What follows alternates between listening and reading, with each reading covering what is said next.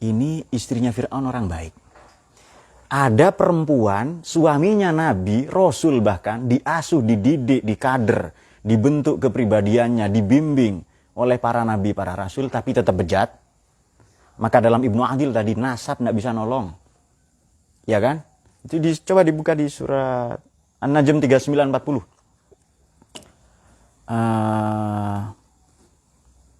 Wa laisa lil insani illa ma sa'a wa anna sa'yakum sawfa yura. Manusia tidak akan memperoleh apapun kecuali yang diupayakan, sa'a itu. Dan upayanya itu, usahanya itu yang dinilai nanti. Sebaliknya ada perempuan yang diasuh Fir'aun. Maknanya istrinya. Fir'aun yang dimaksud adalah Ramses bin Meneftan. Ramses II ya. Ayah angkatnya, ada yang katakan kakak angkatnya Nabi Musa alaihissalam. Dia tetap Islam, tetap beriman itu.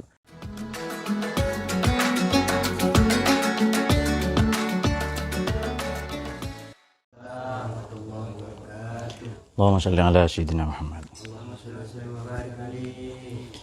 Salatullahi wa salam ala man uhiyal Qur'an wa ahli baitihil kiram wa sahbihi zawil Qur'an wa sahbihi zawil Qur'an. Salatullahi wa salam ala man uhiyal Qur'an wa ahli baitihil kiram wa sahbihi zawil Qur'an wa sahbihi zawil Qur'an. Salamullahi warridwan ala man nazzama al-Qur'an biqalbin khalisin nawa muhibbir raghibil Qur'an fatuba man ta'allama wa ba'du 'allama al-Qur'an. Salatullahi wa salam ala man uhiyal Qur'an wa ahli baitihil kiram wa sahbihi zawil Qur'an wa sahbihi zawil Qur'an. Wa faza man takallama ma'ar rahmani bil Qur'an wa khaba man tajannaba alaihi la'natul Qur'an wala qarina fid dunya walal ukhra siwal Qur'an. Salatullahi wa salam ala man uhiyal Qur'an wa ahli baitihil kiram wa sahbihi dhawil Qur'an wa sahbihi dhawil Qur'an. Wala syafi'a zal a'la ladal maula 'adal Qur'an wa syafi'un musyaffa'un wa munji sahibil Qur'an wa ma khilla musaddaqun ala man a'radal Qur'an. Salatullahi wa salam ala man uhiyal Qur'an wa ahli baitihil kiram wa sahbihi dhawil Qur'an wa sahbihi dhawil Qur'an. Amin amin. فيا إلهنا اجعلنا من الآهال في القرآن وزدنا علما نافعا بما علمتنا القرآن أمتنا في حسن الختام مع القبول بالقرآن. الله وسلام على من أوحي القرآن وأهل بيته الكرام وصحبه ذوي القرآن وصحبه ذوي القرآن. الفاتحة.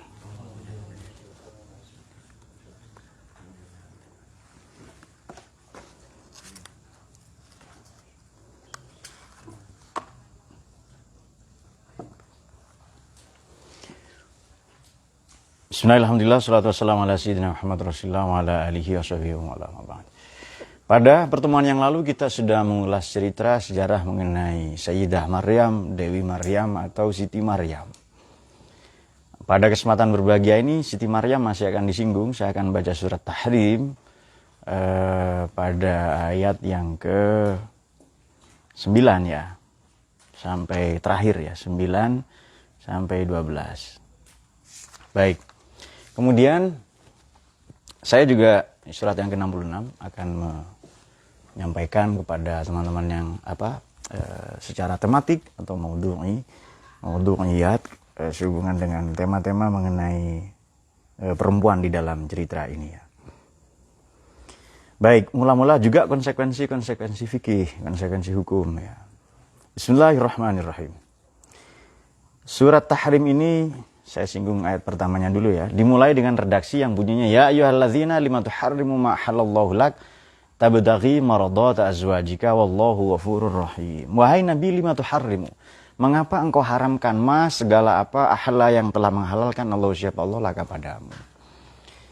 Mengharamkan yang dihalalkan oleh Allah, tabtaghi maradata azwajik wallahu ghafurur rahim. Kamu berharap menyenangkan istri-istrimu ya, menyenangkan pasangan-pasanganmu, lalu mengharamkan apa yang dihalalkan. Oke. Banyak cerita mengenai ini ya, sebab nuzul mengenai ayat ini. Kita langsung saja buka asbabun nuzulnya dari perspektif hadis, juga dari Bismillahirrahmanirrahim. Jadi begini,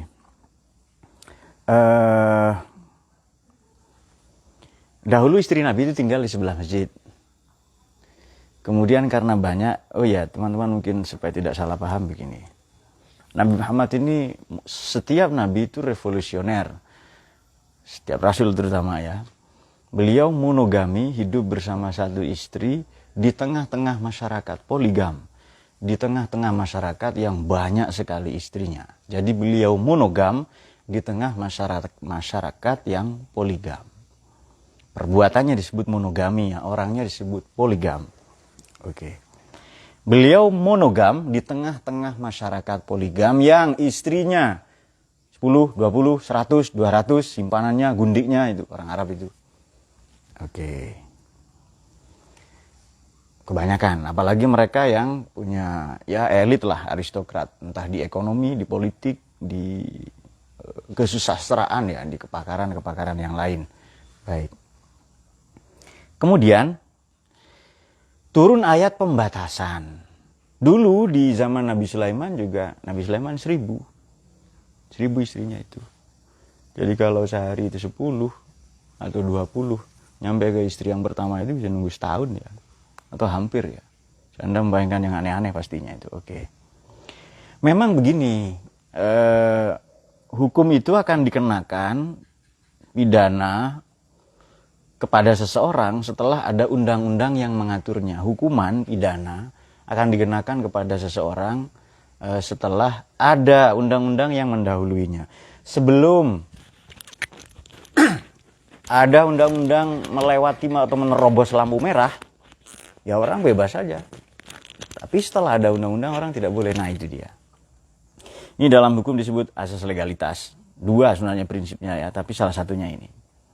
Jadi belum ada pembatasan orang menikah berapa itu ya. Nah, begitu Islam ini dibatasi 4. Sehingga spirit poligami ini sebenarnya membatasi, mereduksi yang tadinya 10, 20, 100, 200 dibatasi jadi 4. Pada saat yang sama, ayat tentang poligami ini adalah satu tarikan nafas dengan mengasuh yatim. Itu dia. Dan sekarang sudah ada. Sudah banyak sekarang lembaga, yayasan, panti asuhan, yatim piatu banyak sekali. Apakah ayat itu sudah tidak berlaku? Berlaku. Kemudian apakah perbudakan, ayat-ayat perbudakan tidak berlaku? Berlaku. Hanya mungkin tidak sekarang, dulu pernah berlaku. Jadi kalau ada ayat-ayat yang kelihatannya kurang lagi mutamatik, mutobik, relevan, cocok, kompatibel, paralel, bisa diterapkan saat ini, dulu pernah cocok, berarti Quran itu bukan lagi tidak relevan. Perbudakan, boleh jadi terjadi 100 tahun lagi, 1000 tahun lagi. Artinya ayat itu akan tetap cocok itu. Akan tetap sesuai ya. Nah, oke. Jadi beberapa istri Nabi ini cemburu ya. Ini dalam beberapa karena oke. Begini, Sayyidah Aisyah itu nanti periode Madinah. Sayyidah Aisyah ini dekat dengan Hafsah ya, Sayyidah Hafsah binti Umar. Kemudian ada beberapa ya biasalah perempuan cemburu. Betul gak ya? Mula-mula begini supaya tidak salah paham. Cemburu itu seperti air yang menyuburkan tanaman-tanaman. Tanpa cemburu, cintamu tidak bergelora. Betul kah? Tulis kalau betul itu. The quote of the day itu. Tanpa cemburu, cintamu tidak menyala, membara, dan berkobar-kobar. Cintamu cinta yang kering, yang keropos. Cinta yang jalan di tempat, mundur bahkan. Cinta yang hanya melangkah ke arah hilang arti. Itu cinta tanpa cemburu itu. Jadi perempuan kalau cemburu itu cerdas. Bahkan, ada firman Tuhan bunyinya begini. Wa ma ja'alallahu ar-rajula min qalbayni fi jawfihi. Nanti dicari itu ya. Tuhan tidak menciptakan dua buah hati dalam rongga dada manusia. Artinya dosa terbesar adalah dosa tanda kutip menyelingkuhi Tuhan. Bikin kekasih lain dulu. Punya kekasih lain selain Allah. Itu Tuhan paling cemburu. Iya toh? Maka dia maha cemburu itu. Punya kekasih lain selain Allah namanya ini tidak cerdas. Namanya syirik. Nah itu dia. Nah, sudah mulai paham. Oke.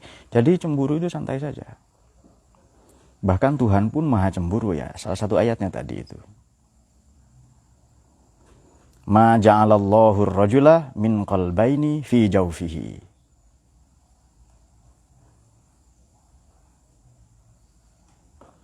Coba saya carikan saja.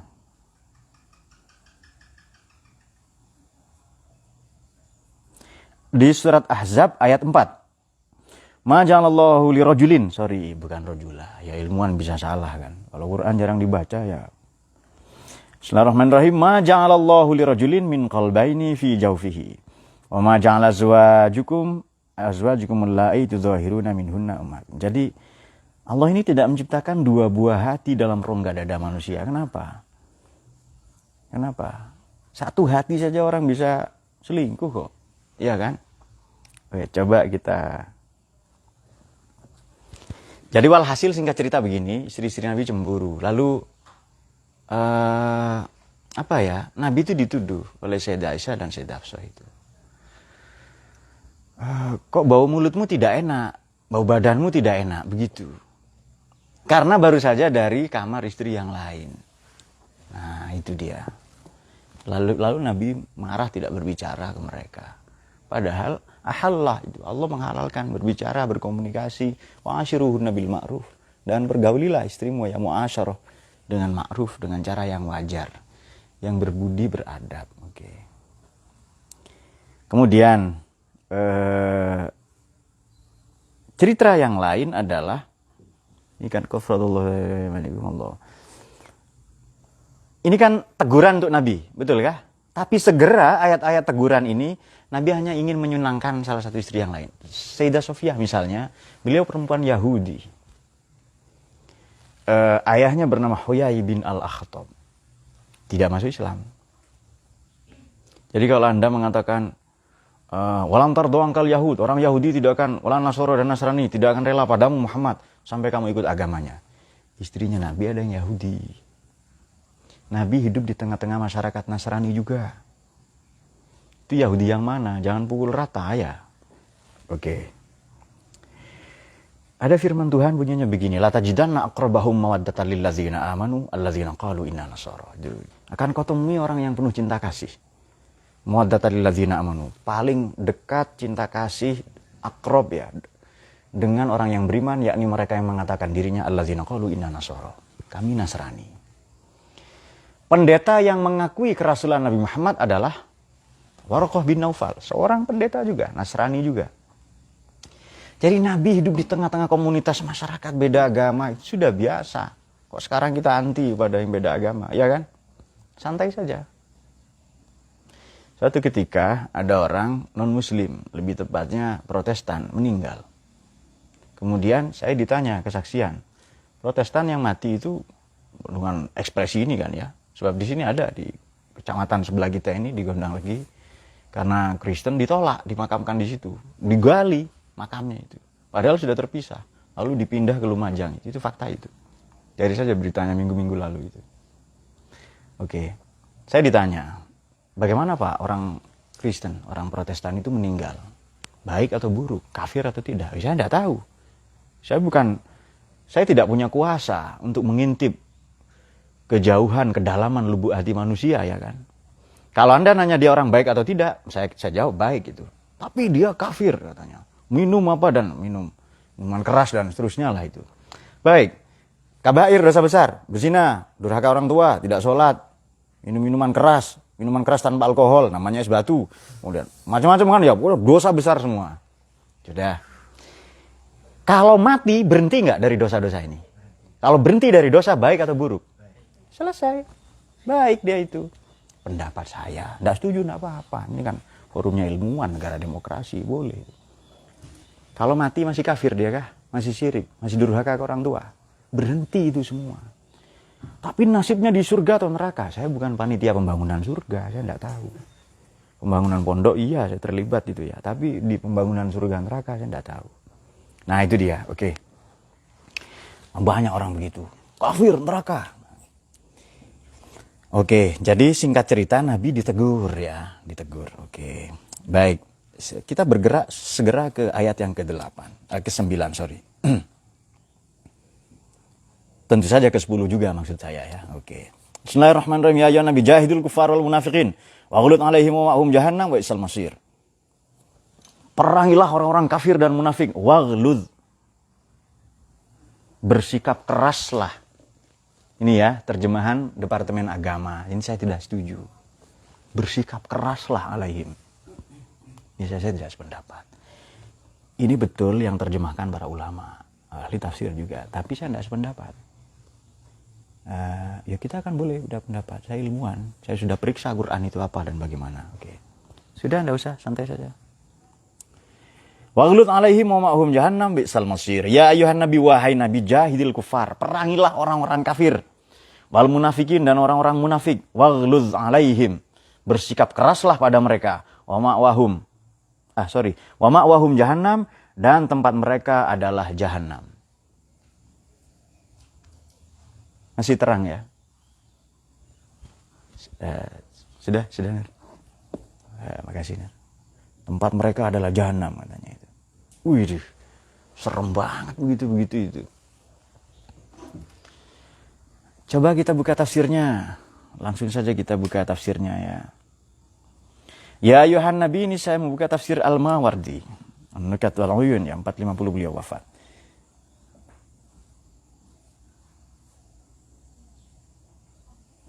Oke. Sudah. Jihad kepada orang kafir adalah bisayif. Jihad munafik dengan 4 pendekatan. Jihad dengan orang kafir, dengan pedang langsung itu. Ada Pak acuannya di Sahih Muslim. Yang kafir misalnya atau pindah agama, bunuhlah dia. Man baddala dinahu faqtuluhu.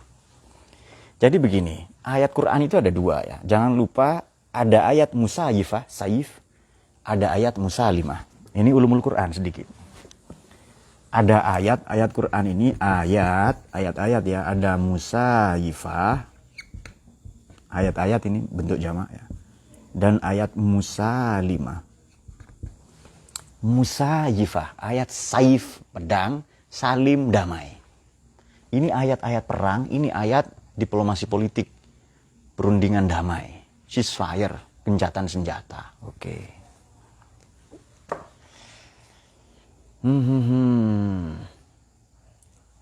Perangilah orang kafir dengan pedang katanya, dengan bom kalau sekarang dipakai kan oleh ISIS ini kan. Oke, kalau mau paham kembali ke makna jihad. Jim, ha, dal. Kalau membuka kamus Maqaisul Lughah atau Mufradat fi Alfazil Quran atau Basair dari Tamyiz fi juz'i kalimatil Quran, maknanya jihad itu 2, tokoh, masyaqqah. Tokoh, masyaqqah. Tokoh ini daya, power play ya. Energisitas. Ini tokoh. Masyaqqah, berat. Daya, energisitas, elanvitas. Kita punya daya, ya banyak daya kita. Daya pikir. Sebagian lo ya, sebagian tidak punya. Daya nalar. Daya kalbu. gampang baper misalnya. Perasa ya. Daya fisik, daya juang, fighting spirit ya. Kita juga punya sumber daya yang lain. Harta, benda, kuasa, jabatan, pengaruh subscriber, followers, itu semua sumber daya semua. Coba buka pandangannya siapa? Filosof Prancis itu. Pierre Félix Bourdieu. Ini kuliahnya saya sampaikan di kanal saya. Anda cari saja. Kuliah saya mengenai Pierre Félix Bourdieu ya. Oke. Tokoh dan masyakoh. Daya, masyakoh berat. Di Quran 41 kali. 7 kali, 6 kali tersebut di surat Taubah dengan redaksi ya ayyuhalladzina amanu berjihadlah ya, wajah itu bisa fisabilillahi bi amwalikum wa anfus. Jihad dengan modal, kapital dan anfus, totalitas jiwa dengan seluruh kedirian. Oke. Taruhlah ini jihadnya pedang, ya kan? Oke, taruhlah pedang. Padahal di Quran ada juga jihad, misalnya jihad wajahidhum bihi. Ayo kamu jihad dengan ngajar Quran, dengan ngajar tafsir tematik. Sudah ya, jadi jihad. Nanti bentuk-bentuk peralihan kata dari jahada, juhdun menjadi juhdun, ini keseriusan. Kemudian juga beralih juga menjadi ijtihada. Dari kata ijtihada menjadi ijtihad. Ijtihad berarti menggunakan seluruh daya upaya dengan pendekatan intelektual. Jadi ijtihad, jihad intelektual. Kalau jihad, supaya gampang saya tulis bentuk masdarnya saja ya. Ini saja. Jihad, fisik. Ijtihad, intelektual. Kemudian juhud, mental. Mujahadah, spiritual. Sudah tahu ya? Sudah tahu bedanya ya? Mujahadah spiritual. Jihad juga ini. Ijtihad intelektual. Jangan dikira bukan jihad itu. Ngaji, baca Quran. Kalau begitu, perangilah orang kafir, caranya bagaimana ini? Oke, kafir itu siapa saja? Coba kita buka kafir itu sedikit. Tuh, kita ingat ya, flashback kajian yang dulu. Kafir ini di Quran, kan maknanya gugur ya. Orang putus asa disebut kafir. La tayasu min rauhillah, innahu la yasmi'u ilal qawmul. Orang putus asa kafir. Zolim juga kafir. Wal kafiruna humuz zolimun. Kemudian ingkar nikmat juga kafir itu. Wala in kafartum inna azabi lasyadid. Bahkan petani disebut kafir itu. Kamatsali ghaisin jabal kufar nabatuhu. Itu ada di surat Hadid. Sumayahiji fatarusman sumaykun hudman fil akhirati. Nah, itu dia. Ayatnya berbunyi innal hayatud dunya la'ibun wa zinatun wa tafakhurun bainakum wal aulad kamatsali ghaisin jabal kufar. Nah, itu dia. Seperti hujan yang tanaman-tanamannya membuat takjub para kufar, para petani. Karena petani menutupi benih ya, biji dengan tanaman. Benih ditutupi dengan tanaman, ditanam itu loh. Kalau gitu kafir yang mana? Oke, ini supaya nanti jelas ya. Katakanlah menurut Anda, sesuai dengan tafsir ini misalnya, di Al-Mawardiyah, jihad dengan orang kafir pakai pedang. Sementara jihad untuk orang munafik dengan 4 pendekatan. Bil lisan, pendapat Ibnu Abbas. Bil ghilzah, kalau diartikan keras tadi itu ya, Imam Ar-Rabi'. Kemudian biat dengan tangan, ini pendapat fa'ilam yastati' fabilisani, sesuai hadis ini. Walam yastati' fabiqalbi, ini pendapat Ibnu Mas'ud. Oke. Yang keempat, biqamati hududi alaihim, dengan dihad, dengan dipidana, didera, didenda. Wah, itu pendapat Imam Al-Hasan. Katakanlah pedang. Ya, betul ya. Oke. Saya buka beberapa belasan tafsir itu pedang semua. Pedang betul ya. Perang jihad dengan orang kafir pakai pedang. Baca ayat berikutnya. Bismillahirrahmanirrahim. Daraballahu mathalan lil ladzina kafaru imra'atan Nuhin. Allah telah menciptakan perumpamaan lil ladzina kafaru bagi orang-orang beriman, bagi orang-orang kafir. Siapa perumpamaan contoh itu? Imra'atan Nuhin wa imra'atan Lut. Istrinya Nabi Nuh dan istrinya Nabi Lut. Kanata tahta abdain, diasuh oleh kedua hamba kami yang soleh. Tidak disebut nabi itu, disebut hamba itu. Oke. Kemudian min ibadina sholihin fa khanatahuma, berkhianat pada keduanya. Falam yughniya anhum minallahi syai'a. Ya, tidak ada yang bisa menolong. Wa qila dkhulun nar. Wa qila dkhulan nar, masuklah ke neraka dengan orang madakhilin ya, bersama orang-orang yang masuk. Oke. Baik, siapa nama istri Nabi Nuh dan siapa nama istri Nabi Lut? Tidak ada yang tahu ya. Menurut orang Madura, istrinya Nabi Nuh itu Bu Nuh itu ya. Karena tidak ada yang tahu namanya. Ibu Nuh itu ya dan Ibu Lut. Saya ilmuwan, saya tahu, masa saya tidak tahu. Oke, buka tafsir Al-Lubab fi Ulumil Kitab. Ini juga Ulumul Quran ya. Ibnu Adil 880. Oke. Daraballahu mathalan. Artinya daraballahu hadzal misal tanbihan ala annahu la yughni ahadun an qarib wala nasab. Kerabat, nasab, jabatan tidak bisa nolong nasib di akhirat nanti itu. Oke, jangan bangga dengan itu ya. Ini juga disinggung oleh Imam Al-Qasimi dalam Hasinut Ta'wil. Pembicaraan yang paling saya benci itu bicara nasab katanya. Bicara harta itu paling benci itu. Bicara diri katanya. Kalau mau nasab, ceritakan nasab spiritual. Yang itu bersumber dari Tuhan, dari para nabi. Kalau mau bercerita harta, ceritakan hartanya para nabi, para rasul alaihissalam. Apa itu? Ya ilmu dan akhlak dan perjuangan. Itu hartanya para nabi. Kalau mau bicara diri, ceritakan yang buruk-buruk itu. Diri kita sendiri itu loh, introspeksi maknanya itu. Itu hadis nabi itu yang dikutip oleh Imam Hasin Ta'wil ya, Imam Al-Qasimi. Al-Qasimi ini menyatakan bahwa Buddha itu nabi. Ini sudah kita singgung di surat At-Tin atau buka sendiri tafsirnya. Jadi begini. Di hadis Nabi itu ya yang dikutip oleh Imam Al-Qasimi adalah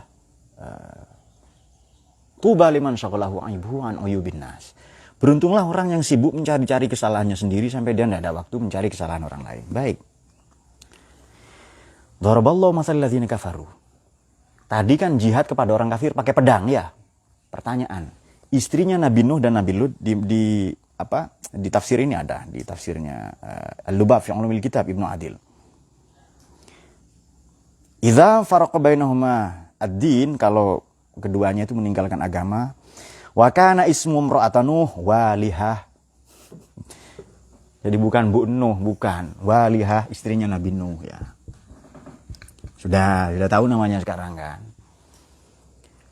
Wa imra'atalut walighah. Istrinya Nabi Lut adalah walighah.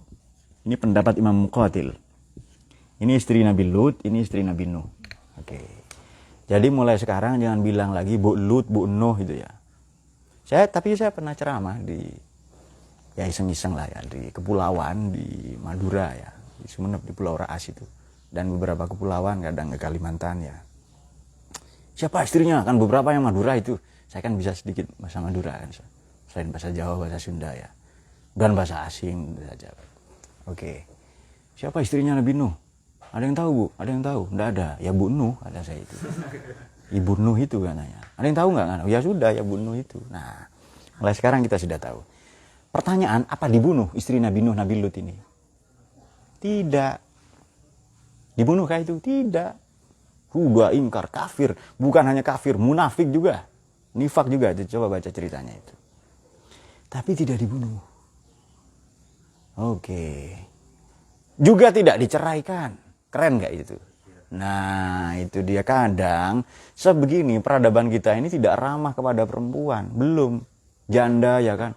Janda itu kalau bersolek disalah-salahkan, tidak bersolek disalah-salahkan. Keluar malam salah, keluar siang salah. Padahal dia bekerja. Tapi kalau duda, bebas aturan. Luyuran, oh dia sudah duda loh ya, bebas. Ini budaya macam apa begini ini?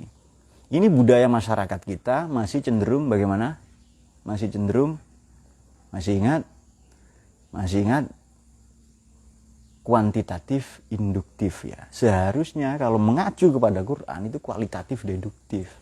Kalau mengacu kepada hadis. Oke. Pak, kalau begitu jihadnya bagaimana? Ya banyak itu. Makanya tadi jihad itu mendayagunakan itu ya. Ekosistem, kemudian mendidik, melawan pada perusakan alam, melawan para koruptor misalnya, itu juga jihad juga. Bahkan ngajar Quran juga jihad. Oke. Sudah. Baik, kemudian Allah sengaja bikin perumpamaan dari dua orang istri Nabi ini, waliyah walighah ini, meskipun diasuh, dididik, dinikahi dua orang soleh. Ini loh Quran begini, kata Imam Asy-Sya'rawi, kalau tidak sebut nama, ini kan maksudnya begini, imro'atalut, imro'atanuh, istri Nabi Nuh, istri Nabi Lut buruk kan? kafir munafik ya. Tapi disebut istri Nabi Nuh. Maknanya bagaimana? Kok disebut istri Nabi Nuh? Padahal nama aslinya Walihah dan Walighah. Kenapa disebut istri Nabi Nuh? Meskipun dia bejat, meskipun dia munafik, kafir, kita tetap menghormatinya karena istri seorang Nabi. Betul ya? Nah itu dia. Quran nyebut istrinya Nabi Nuh. Abu Lahab, tabbat yada Abi Lahab wa tab ma aghna anhu maluhu wa ma kasab sayasla naran wa imra'atuhu hammalatal hatab. Tabbat itu di Quran 4 kali itu. Tabbat yada Abi Lahab wa tab ya. Ghairu tatsbib 3 wa ma kaidu fir'auna illa fi tabab 4 kali. Oke. Disebut imra'atuhu, istrinya Abu Lahab. Enggak disebut siapa namanya. Bu Lahab, enggak. Nyonya Lahab, tidak itu. Senyorita Lahab, tidak. Tidak disebut senyorita siapa gitu, tidak. Namanya itu loh. Tapi kata Imam Asy'arawi, kalau Quran nyebut gelar, maka akan ada lagi perempuan-perempuan nama-nama. Abu Lahab nama asli atau gelar? Berarti akan ada Abu Lahab kontemporer. Abu Jahab ya, bukan jahat. Abu Jahab, Jahal dan Lahab. Karena Abu Jahal modern, Abu Lahab kontemporer akan terus ada. Bahkan perpaduan kawin silang keduanya. Namanya Abu Jahab ya. Kamu senang pada seseorang, jatuh cinta, ditinggal lagi seneng-senengnya, namanya kamu Jahab. Nah itu dia. Perpaduan Abu Jahal dan Abu Lahab. Oke. Allah ceritakan 2 orang buruk tadi kah? Betul ya? Segera baca doroba bawahnya lagi. Wa daraballahu matsal ladzina amanu imra'ata fir'aun. Oke. Istrinya Fir'aun. Istrinya Fir'aun ini siapa namanya? Asiyah ya, Asiyah. Oke. Sebenarnya ada nama lain ya. Namanya Senyorita Fir'aun itu ya. Nah, nama lain ini masih diperdebatkan, salah satunya Qonitah. Di Quran yang dapat gelar Qonitah ini atau di hadis adalah Siti Maryam dan istrinya Fir'aun, Qonitah. Kunut, Qonitah ini tunduk, patuh ya, perempuan yang baik lah itu. Udah kunut tidak yang kita baca. Oke. Idz qalat rabbi ibnili, Tuhan bangun untukku indaka di sisimu baitan di surga kelak. Satu rumah, satu gedung, satu istana di surga. Wa najini min Fir'aun. Selamatkan aku dari Fir'aun wa amalihi dan segala tipu dayanya. Wa najini minal qaumiz zalimin. Selamatkan aku dari orang-orang zalim. Oke. Baik. Nah, sudah. Ini istrinya Fir'aun orang baik. Ada perempuan, suaminya Nabi, Rasul bahkan, diasuh, dididik, dikader, dibentuk kepribadiannya, dibimbing oleh para Nabi, para Rasul, tapi tetap bejat. Maka dalam Ibnu Adil tadi, nasab tidak bisa nolong. Ya kan? Itu coba dibuka di surat An-Najm 3940.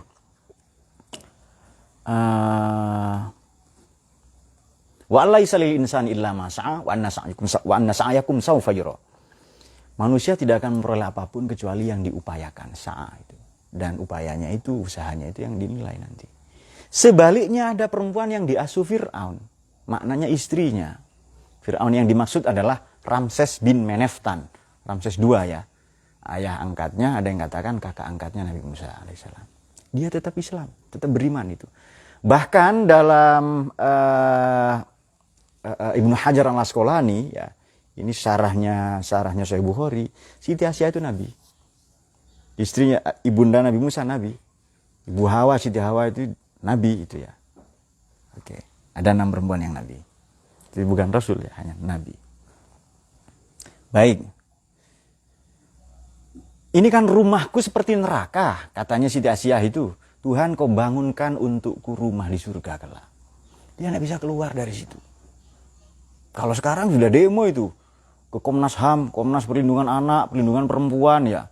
Apa kekerasan dalam rumah tangga. Dulu tidak. Kenapa? Karena Komnas HAM, Komnas Perlindungan Anak, Komnas apalah ya.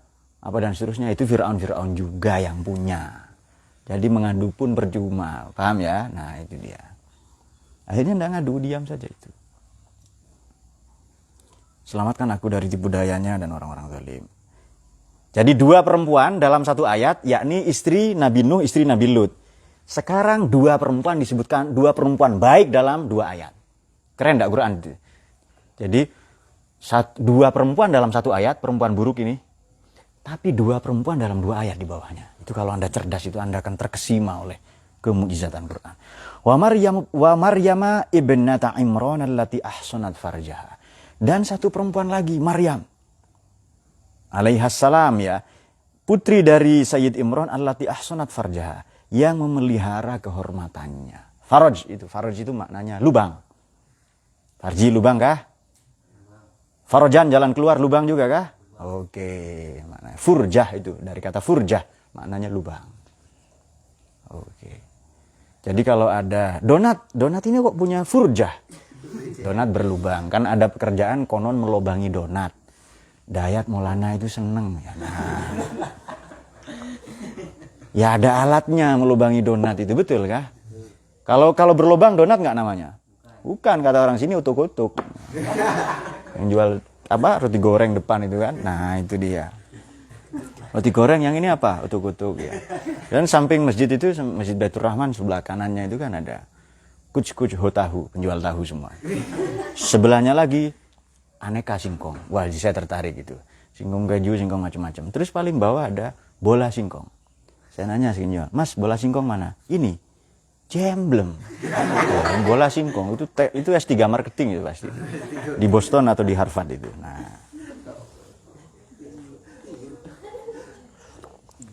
Ini apa ini kata saya kok? Bola singkong, ternyata jemblem. Jama blim ya. Bentuk jamak taksirnya, jemblem ya. Baik. Fanafakhna fihi min ruhina. Kemudian kami tiupkan ruh yang kemarin sudah kita singgung di ngaji sebelumnya. Shaddaqat, dia membenarkan bi kalimati rabbiha. Jadi kalimat Allah berupa kun itu ya. Wa kutubihi, dan kitab-kitab para nabi sebelumnya. Wa kanat minal qanitin. Oke. Wa kanat, Siti Maryam itu termasuk qanitin. Ini dia. Yang mana Siti Maryam itu bergelar qanitah atau qanitin ya. Pak, kok ini qanitin laki-laki katanya itu. Bahkan Ratu Bilqis, kita akan kaji berikutnya, itu domirnya domir laki-laki di Quran. Kok bisa? Yang ngaji lagi minggu depan. Oh, sekarang semua ya pinter kalian nanti. Oke. Baik, jadi begini. Cara Quran menarasikan adalah Tuhan bikin perumpamaan ya, meskipun suaminya orang baik, Rasul. Adakah orang lebih hebat dari para nabi, para rasul itu? Tidak ada. Derajat intelektual, spiritual tidak ada itu. Itu ciptaan Allah terbaik. Fisiknya, jasmaninya, rohaninya, imannya, ibadahnya, semuanya. Alaihissalam. Tapi istrinya ada yang murtad, ada yang munafik, ada yang kafir itu. Dan beliau tidak ceraikan. Tapi istrinya Nabi Ismail dicerai. Iya kan? Itu loh, jadi ada perempuan, jangan langsung mencerai. Kamu kalau melangkah, 1 langkah dari rumah, keluar dari rumah itu talak 3 katanya. Langsung jatuh talak 3 ku. Betul, ternyata rumahnya itu di pegunungan Tibet. Kalau melangkah 1 nyemplung jurang. Nah, ada kan ya di dunia. Betul itu ada di yang Dalai Lama ya. Kan Dalai Lama, jangan bilang Dalai baru, Dalai Lama ada. Sekarang Dalai Lama ke-16 atau ke-14 yang memimpin itu ya. Baik, sembari kita jawab pertanyaan ya.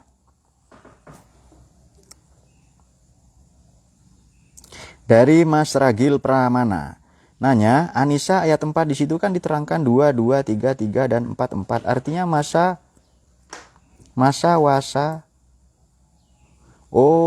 wasulasa. Masna wasulasa waruba. Artinya ngudul, double. Maksudnya gimana? Oke. Fankihu ma tobalakum. Ini sudah kita singgung ya. Silakan buka tafsir-tafsir yang dulu yang saya ngaji di channel ini sama. Minal nisa masna wasulasa waruba. Menikahlah 2 atau 3, 4. Tadi saya singgung apa sih? 2, 3 atau 4. Ada loh yang terjemahkan 2 tambah 3 tambah 4. Artinya 9. Ada 2 kali 3 kali 4. Maknanya 24. Itu saya tafsir. Oke. Ini kan ayat poligami. Betul ya? Tadi saya sampaikan apa? Poligami 1 tarikan nafas dengan mengasuh yatim.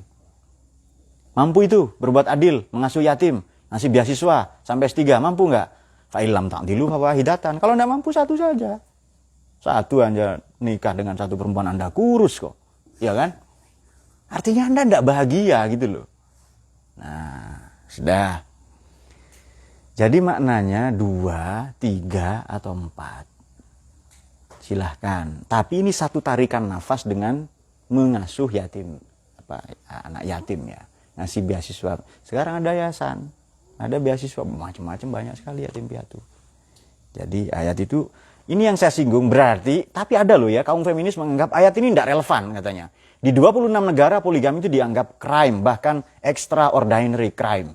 Kejahatan luar biasa. Anaknya dibully nanti, bapakmu tukang kawin, bapakmu tukang kawin. Berhenti sekolah habis itu. Putus asa, jadi anak pang habis itu. Nah, itu buruk akhirnya itu. Jadi di stigma bapakmu tukang kawin. Ini sama dengan stigma Nabi. Itu loh, tadi perhatikan itu loh, spirit di Mekah itu loh. Nabi poligam di tengah masyarakat, Nabi monogam di tengah-tengah masyarakat poligam selama hampir 13 tahun.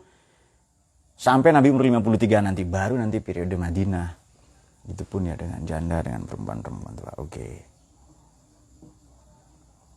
Itu ngudul maksudnya adil ya. Ya, adil ini bukan syarat nikah memang itu. Tapi Anda pasti tidak bisa adil. Itu istri-istri Nabi cemburu kok tadi itu. Apakah saya penganut mazhab monogami? Tidak. Ini syariat kok. Ini ada undang-undang. Kalau mampu ya silahkan. Dengan ketentuan-ketentuan ya. Ada orang yang dianugerahi itu silahkan. Cuma saya sendiri belum mampu itu. Nah, saya merasa satu istri saja belum bahagia. Betul kah? Anak saya tanya, kamu jadi anakku bahagia nggak? Enggak katanya. Wah berarti susah nanti. Apalagi anak 24 ya kan. Nah itu dia. Itu benar. Jadi bapak-bapak perlu testimoni. Kamu bahagia nggak anaknya? Dari Maul Asy-Syirbuni. Salam dari Purwokerto. Salam. Tadi jelaskan ada kaum Nasrani yang penuh kasih sayang. Apakah kaum Nasrani yang demikian adalah kaum Nasrani yang diridhoi Allah seperti pada ayat 62 surat Baqarah, yang mana mereka mendapat pahala dan tidak takut? Jadi begini. Semua orang ini kasih sayang ya sebenarnya. Adakah ya? Nabi Muhammad ini hidup di komunitas itu, masyarakat kaum pagan, kaum musyrikin itu pagan. Masyarakat agnostik. Sekarang kan pertumbuhan agnostik sangat tinggi. Ada orang Nasrani, kemudian juga Yahudi ya. Juga bahkan ada perang dengan Yahudi di Khaybar. Ini semua manusia kah? Ketika Nabi ini menikahi Sayyidah Sofiyah, istri Nabi yang lain cemburu. Weh Yahudi, Yahudi begitu. Kemudian, apa kamu menghina keluarga nabimu? Maknanya keluarganya Nabi Musa dan Harun. Wajib kita beriman. Kalau menghina Sayyidah Sofiyah itu, ya berarti menghina Nabi kita juga. Nabi Musa dan Harun Nabi kita alaihi wassalam. Kita wajib beriman ke mereka. Nabi Daud, Nabi Sulaiman, nabi-nabi yang Yahudi itu.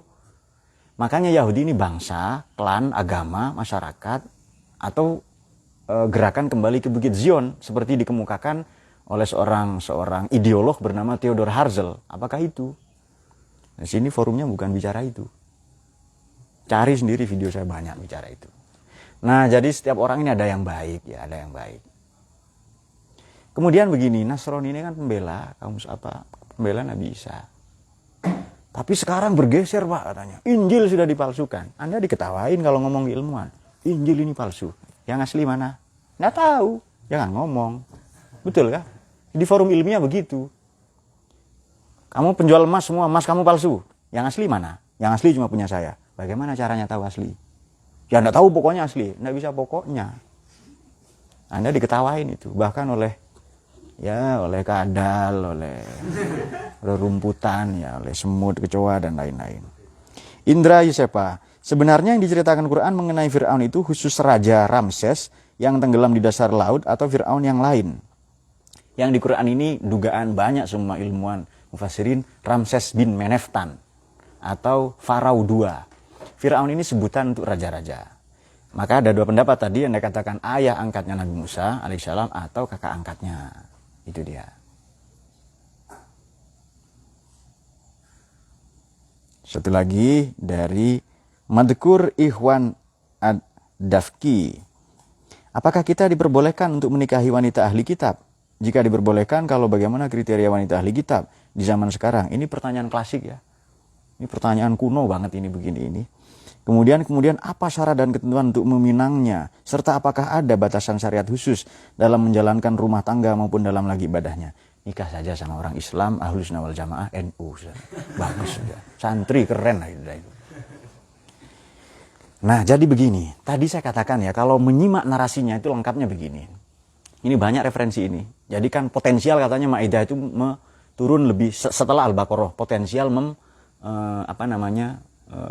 menasah ya di Baqarah haram, di Maidah halal itu, dan fatwa MUI haram.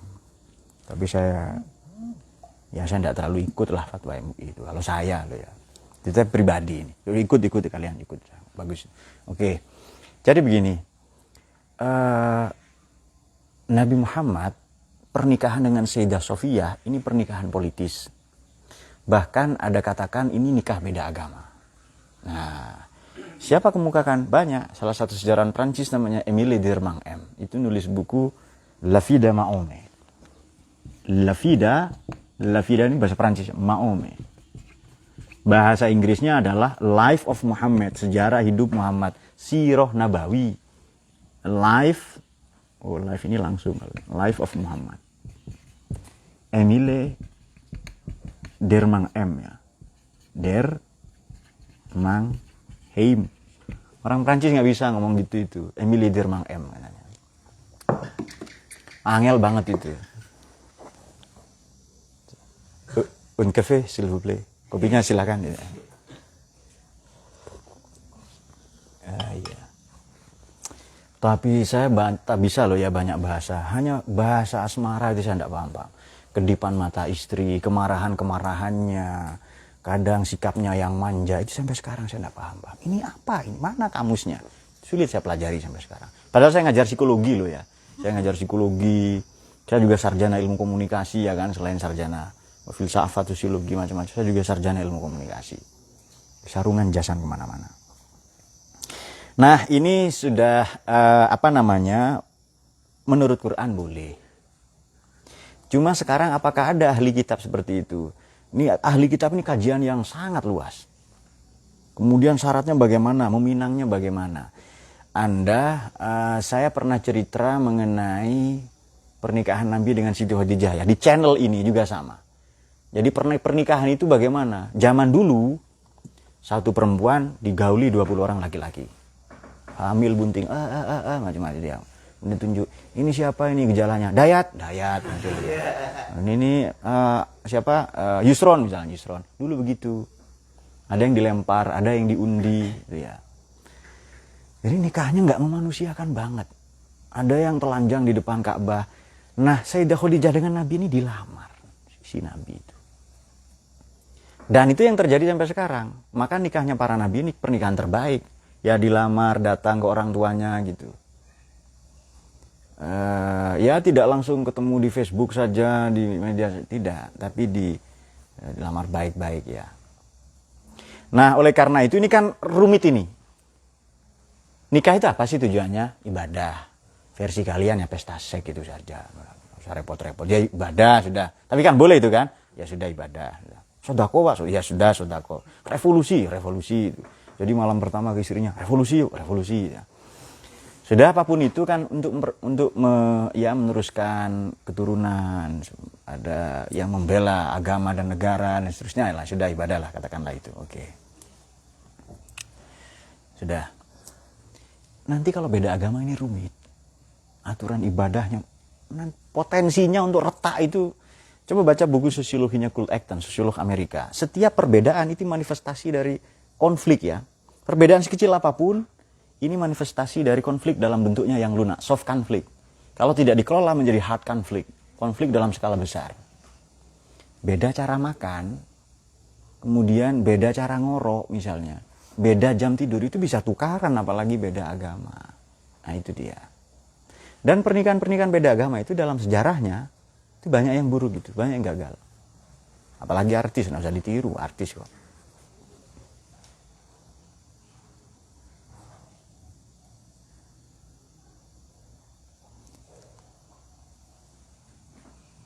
Nah, jadi kepada untuk penanya ya, kepada penanya nikah saja sama yang enggak beda agama, sama yang santri itu keren kok itu sudah itu. Nah, pernikahan dengan ini dengan beda agama boleh menurut Quran, menurut hadis juga boleh. Makanya tadi yang katakan Sayyidah Sofia itu beda agama pernikahannya. Salah satu pendapat loh ya, tapi ya tidak Islam. Bahkan Prabu Brawijaya V menikahi Dewi Retno beda agama. Prabu Brawijaya itu Hindu, Dewi Retno itu Muslimah itu. Wih, bagaimana ini Pak, kok nikah dengan Hindu, dengan Islam katanya. Oke, kalau tidak ada pernikahan itu ada Raden Patah, ada Kerajaan Demak, ada Mataram Islam. Lama dakwah Islam nanti itu. Nah, sudah itu tarekatnya para wali, itu tidak usah ikut-ikut itu. Itu caranya para wali untuk berdakwah itu. Nikah dengan para raja. Dan itu kan salah satu nikah itu kan salah satu perempuan kan Ummul Qura kan ya, ditundira Ummul Qura. Nah, itu dia.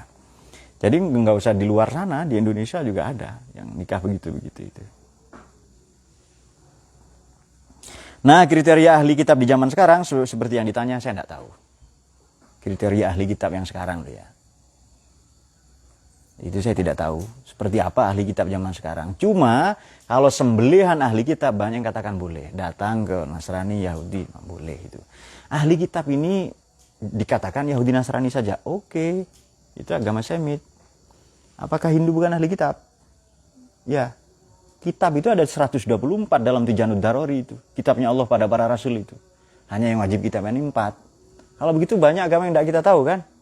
Nah, lebih banyak yang tidak kita tahu.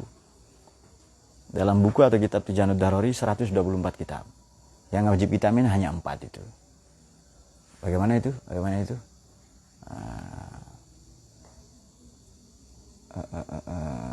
Arba'atun min kutubin tafsiluha Tauratu Musa bil huda dan zilha. Terus wa injilu ala Isa furqan ala khairil mala. Nah, itu akidatul awam. Apal bagus itu. Kemudian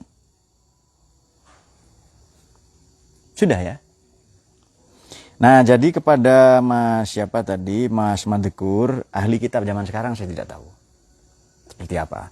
Cuma kalau boleh atau tidak, boleh, itu Quran. Di hadis juga boleh. Bahkan Nabi sendiri, sebab begini loh ya, kan ada beberapa seperti Syahrur atau ulama-ulama yang kontemporer ya. Di Quran katakan boleh nikah beda agama. Kalau boleh pasti Nabi pernah contohkan. Nah, itu dia. Maka salah satu pendapat mengatakan menikah dengan Sayyidah Sofia itu pernikahan beda agama. Salah satu pendapat tuh ya. Jadi Nabi memerintahkan kita suruh baca. Nabi bisa baca. Bukan tidak bisa baca tulis, bisa baca tulis menurut salah satu pendapat. Makna Nabi Qori, maknanya Nabi tidak punya akses ke kitab-kitab terdahulu. Karena kebiasaan baca itu bukan kebiasaan orang Arab katanya. Tapi versi yang lain juga mengatakan Nabi itu ummi, tidak bisa baca tulis. Ya monggo pilih mana itu, silakan. Tapi yang penting kita Iqra itu nggak berubah. Nah, itu dia. Baik, jadi beberapa pertanyaan tadi. Oke, kemudian begini, saya tadi menyinggung Sahih Muslim ya. Ini hadis ini sangat krusial. Jadi kalau jihad memerangi orang kafir dengan membunuh istri Nabi Nuh, Nabi Lut tidak dibunuh. Waliwah dan waliwah. Oke. Saya tadi menyinggung asas legalitas ya. Sebelum nanti saya menyinggung seorang perempuan ya, banyak lagi. Ini serial perempuan terus akan beberapa perempuan ke depan. Balkis belum. Balkis cerita bucin banget kan, katanya nikah dengan Nabi Sulaiman. Tidak. Suaminya Balkis ada, saya punya kitabnya. Namanya Tuba ya. Tapi dia nikah dengan Nabi Sulaiman. Itu versi drakor hijrah itu. Tidak berdasar itu ya. Nah, oke, kita ngaji di kelasnya para ilmuwan. Harus kalau ngomong A, apa dasarnya? Oke. Bismillahirrahmanirrahim.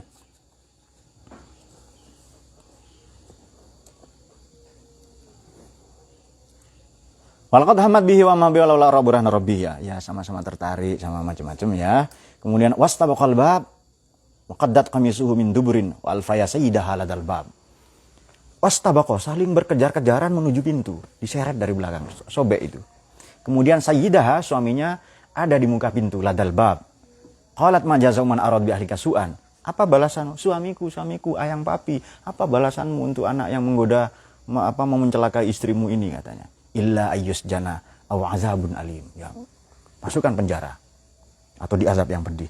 Makanya di doa-doa pernikahan, saya tidak berdoa supaya Nabi Yusuf seperti Nabi Yusuf dan Zulaikha di penjara nanti. Kisah cinta macam apa yang kekasihnya di penjara itu?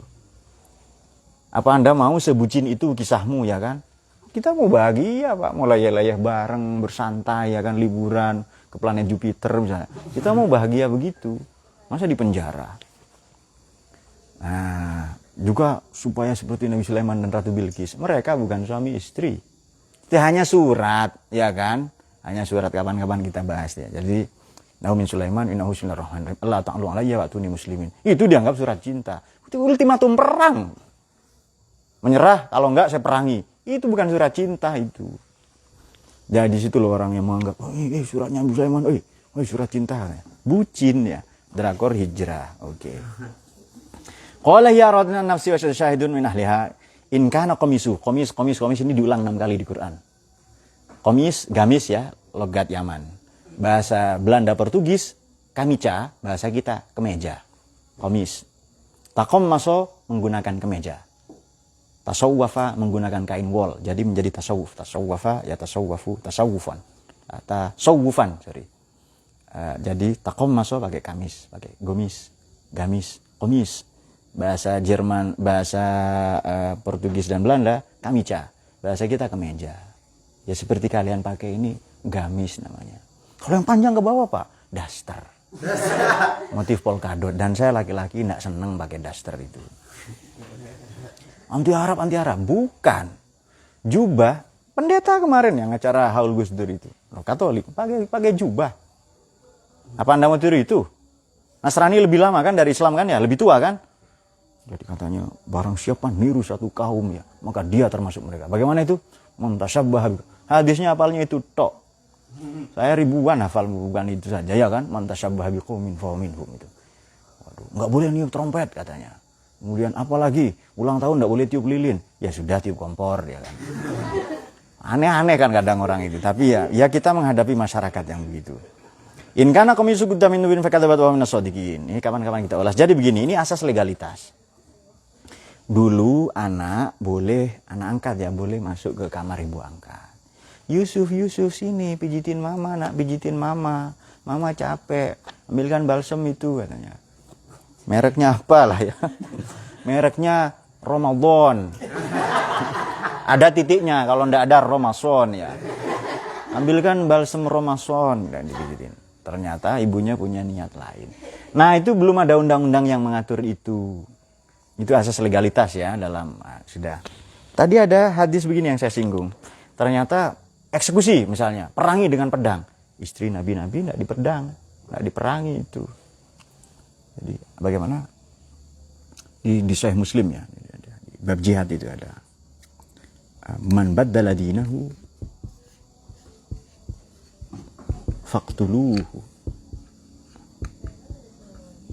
Waduh, ini hadis ini serem banget ini. Man baddala. Barang siapa pindah agama, murtad, bunuh dia. Waduh, serem banget itu. Suruh bunuh, suruh eksekusi. Itu kan jihad tadi ya dengan. Oke. Saya akan membaca ini dengan 2 pendekatan. Satu pendekatan Abdullah Ahmad An-Naim dalam Sharia and Secular State maupun Toward Islamic Reformation, atau saya akan membaca versi ini asli tetapi dengan pendekatan hermeneutik. Agak ilmiah kelihatannya ini ya. Saya abaikan bahasa itu, saya ganti bahasa yang sangat gampang. Jadi begini, barang siapa mengganti agama atau pindah agama, bunuh dia. Ini dikutip oleh Taqiyuddin Ibn Taimiyah dalam bukunya Iqtida'us Shiratil Mustaqim. Ibn Taimiyah ini juga ahli dalam ini ilmuwan yang prolifik. Saya kagumi Ibn Taimiyah itu. Ya meskipun beberapa pendapatnya saya tidak setuju. Ya konfliknya, perseteruannya dengan Ibn Athaillah Al-Iskandaroni ya macam-macam itu ya. Tapi kita harus mengapresiasi ini ilmuwan sarjana yang prolifik. Prolifik itu wawasannya luas. Oke. Dalam Iqtida'us Shiratil Mustaqim itu ada teori al-wala wal bara, loyalitas dan disloyalitas, kesetiaan maupun perlawanan. Beliau hidup di masa perang salib, Crusade War. Selama 200 tahun, 6 kali perang. Korbannya Yahudi Nasrani itu. Nah, sudah. Oke. hidup di masa perang seperti ini. Maka pendapatnya sangat bisa kita lacak. Sangat membenci non-muslim. Karena ditulis dalam kondisi seperti itu. Nah itu dia. Oke. Man baddala dinahu faqtuluhu, barang siapa pindah agama bunuh dia. Dahulu pindah agama itu disebut political treason. Pengkhianatan politik. Berkhianat ke negara. Umat Islam sedikit. Kalau ada yang munafik, murtad, pindah agama, itu berbahaya nanti. Bunuh dia. Satu. Ini pandangan An-Naim ya, dalam Syariah and Secular State. Ini, kalian nampaknya tambah pintar. Dua. Nationality, kebangsaan, atau kewarganegaraan. Apa? Kewarganegaraan bahasa Inggrisnya? Ada yang tahu? Apa? Citizenship. Lama mikir ya. Kewarganegaraan dahulu ditandai dengan agama. Sekarang tidak. Anda bisa ganti agama, pindah agama 4 kali, 7 kali sehari, terserah, bebas sekarang. Jadi membaca hadis ini bagaimana? Hadisnya tetap, tapi bacanya kontekstual sesuai dengan momen turunnya itu. Barang siapa berkhianat ke negara, merusak ekosistem, merusak lingkungan, pembalakan liar, deforestasi, korupsi, kemudian budaya white collar crime, kejahatan kerah putih, faktuluhu, bunuh dia. Ambil semua asetnya. Kemudian dipangkas, dibarikade, di fait accompli akses-aksesnya. Itu maknanya sekarang. Nah, kalau hadis imannya tekstual ya banyak Anda celaka. Kalau buang hajat menghadap ke timur atau ke barat, coba pakai itu. Justru itu kurang ajar. Lihat dulu Nabi katakan ini di mana bersabda, di Madinah. Madinah itu mana? Utaranya Mekah, 485 kilo. Maknanya syariqu aghribu, menghadap ke barat atau ke timur, jangan menghadap kiblat atau membelakangi. Kiblatnya di selatan. Kalau buang hajat ke timur atau ke barat gitu. Pakai di Indonesia, ya salah. Itu kalau baca teksnya Anda celaka itu. Lihat asbabul wurud. Kan hermeneutik ini kan studi historisitas dan normativitas. Nah, itu kalau cara baca Quran, cara baca hadis begitu Anda pintar itu. Anda selamat. Tapi kalau langsung teksnya dibaca, waduh. Tapi dia ahli bahasa Arab. Saya ahli dari dulu, santai aja. Ya kan? Nah, kalau sekedar ahli bahasa Arab ya enggak cukup. Ya banyak ilmu-ilmu penunjang. Nah, itu dia. Oke. Nah, masih ada satu lagi, kita akan menjawab. Yang terakhir ini kelihatannya Mas Indra Yusepa. Kapan-kapan bahas habaib yang ada di negara plus 62. Apakah asli ahlul bait? Oke, ini request ya. Oke. Baik, saya kira demikian. Jadi begini. Perempuan-perempuan yang diceritakan oleh Quran ini istimewa. Dua pendapat saja sebagai penutup. Satu pendapat Imam Asy-Sya'rawi bahwa kalau nama itu tidak disebut, artinya hanya gelar, maka peristiwa akan berulang. Fenomena ya, mazahir itu akan berulang. Dua pendapat dari Imam Mahasinut Ta'wil ya, pengarang Mahasinut Ta'wil Imam Al-Qasimi, mengatakan bahwa ya nasab, harta benda, diri itu pembicaraan yang paling membosankan. Kalau mau bicara nasab, nasab spiritual kita yang naik bahtera bernama Ahlus Sunnah wal Jamaah. Ini bahtera perahunya para nabi, para rasul. Anbiya, mursalin, auliya, sholihin. Semuanya ya, sampai tabi'in, semua sampai kepada kiai-kiai kita, guru-guru kita. Hanya ganti nahkoda saja, perahunya sama. Ahlus Sunnah wal Jamaah. Oke. Kemudian saya paling tidak senang bicara nasab, kata Imam Al-Qasimi itu. Kalau mau bicara nasab, nasab spiritual. Saya tidak senang bicara harta. Kalau mau harta, hartanya para nabi, para rasul. Ilmu, akhlak, perjuangan itu. Kalau mau bicara diri, bicaralah keburukan-kekurangan pada diri sampai-sampai engkau tidak ada waktu bicara keburukan-kekurangan orang lain. Sesuai hadis Nabi itu, tuba liman syaghalahu aibuhu an uyubin nas. Tuba, beruntunglah orang yang sibuk mencari-cari kesalahannya sendiri sampai dia tidak ada waktu mencari kesalahan orang lain. Itu fokus saja. Tidak ada waktu kok. Dengan kekurangan orang lain dia tidak ada waktu. Dengan kesalahan-kesalahan orang lain dia tidak ada waktu, sibuk dengan dirinya sendiri. Nah, saya kutipkan juga pendapat Imam Hasan Al-Basri. Al-aslu fil adab syuhudun naqs ala nafsihi wal kamala ala ghairihi. Prinsip pokok yang paling utama dari adab adalah syuhudun naqs, melihat kekurangan pada diri sendiri, wal kamala ala ghairihi, dan melihat kesempurnaan pada orang lain. Jadi kita ini kurang, ibadah saya kurang, oh dia kafir, boleh jadi nanti malam dapat hidayah lalu jadi wali, ya kan? Ada jaminan kita besok pagi masih Islam, iman? Tidak ada, ya kita doa saja, bermohon saja, istighfar, sholawat saja, itu istighosah terus, baca Quran terus supaya terjaga iman kita. Nah itu dia, kalau melihat anak kecil tetap kita ini belum punya dosa, saya banyak dosa. Orang lebih tua, dia amalnya banyak, kita belum. Cara pandang seperti ini. Jadi syuhudun naqs ala nafsi, ini pendapat Imam Hasan Basri ya. Al aslu fil adab syuhudun naqs ala nafsi wal kamala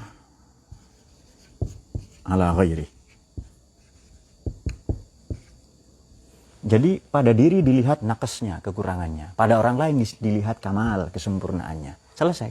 Ini hadis Nabi sebenarnya. Tapi diparafrase menjadi kalimat atau menjadi quote, menjadi ungkapan. Baik, semoga semua dicahaya oleh Quran. Perempuan-perempuan tadi inspirasi ya. Jadi Allah sebutkan 2 perempuan tidak baik, tapi disebut suaminya yang baik. Imra'atalut, imra'atanuh. Dalam 1 ayat. Sementara Allah sebutkan orang baik, terang namanya, yakni Siti Aisyah, Siti Maryam ya. Dan itu disebutkan dalam 2 ayat. Di surat Tahrim, surat ke-66, juz 28, hanya ada 12 ayat.